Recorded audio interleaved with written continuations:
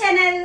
ఈరోజు ఈ వీడియోలో వాక్యాలు భేదాలు ఇంకో 3 చూద్దాము. నిన్న వీడియోలో 3 రకాలు చెప్పుకున్నాం కదా. ఈ వీడియోలో ఇంకొక 3 రకాల వాక్యాలు వాటి భేదాలు ఏంటో తెలుసుకుందాం. ఈ వీడియో చూసే ముందు ఈ ఛానల్ ని ఇంకెవరైనా సబ్స్క్రైబ్ చేసుకోకపోతే కనుక తప్పకుండా సబ్స్క్రైబ్ చేసుకోండి. చూద్దాం, చూడండి. సామర్థ్యార్థక వాక్యం.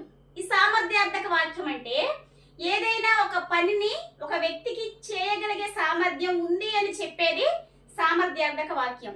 మనం ఎగ్జాంపుల్ కనుక చూసుకున్నట్లయితే రాము చదవగలడు, రాము చెట్టు ఎక్కగలడు అని ఆ పని చేయగలడు అనే చేసే సామర్థ్యం తనకు ఉంది అని చెప్పేది సామర్థ్యార్థక వాక్యం.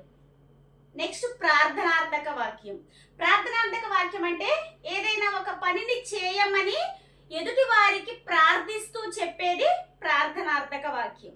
మనం ఎగ్జాంపుల్ కనుక చూసుకున్నట్లయితే దయచేసి మీరు వెళ్ళండి, దయచేసి లోపలికి రండి, ఇలాంటి ఎగ్జాంపుల్స్ అన్నీ కూడా ఈ ప్రార్థనార్థక వాక్యానికి వస్తాయి. మనం దీనిలో గుర్తుంచుకోవాల్సినది దయచేసి అని ఉంటే అది ప్రార్థనార్థక వాక్యం అవుతుంది. నెక్స్ట్ మూడవది కనుక చూసుకున్నట్లయితే ఆశీర్వాదక వాక్యం. ఆశీర్వాదక వాక్యం అంటే ఎదుటి వారిని దీవిస్తూ పలికేది. మన ఎగ్జాంపుల్ కనుక చూసుకున్నట్లయితే నువ్వు నిండు నూరేళ్లు వర్ధిల్లు అంటే ఎదుటి వారిని దీవిస్తున్నాం, అలా ఆశీర్వదిస్తున్నాం అనమాట. అలా ఆశీర్వదిస్తూ పలికే వాక్యాలని ఆశీర్వాదక వాక్యం అంటాం. ఇవి ఈ 3 రకాలు: సామర్థ్యార్థక వాక్యం, ప్రార్థనార్థక వాక్యం, ఆశీర్వాదక వాక్యం.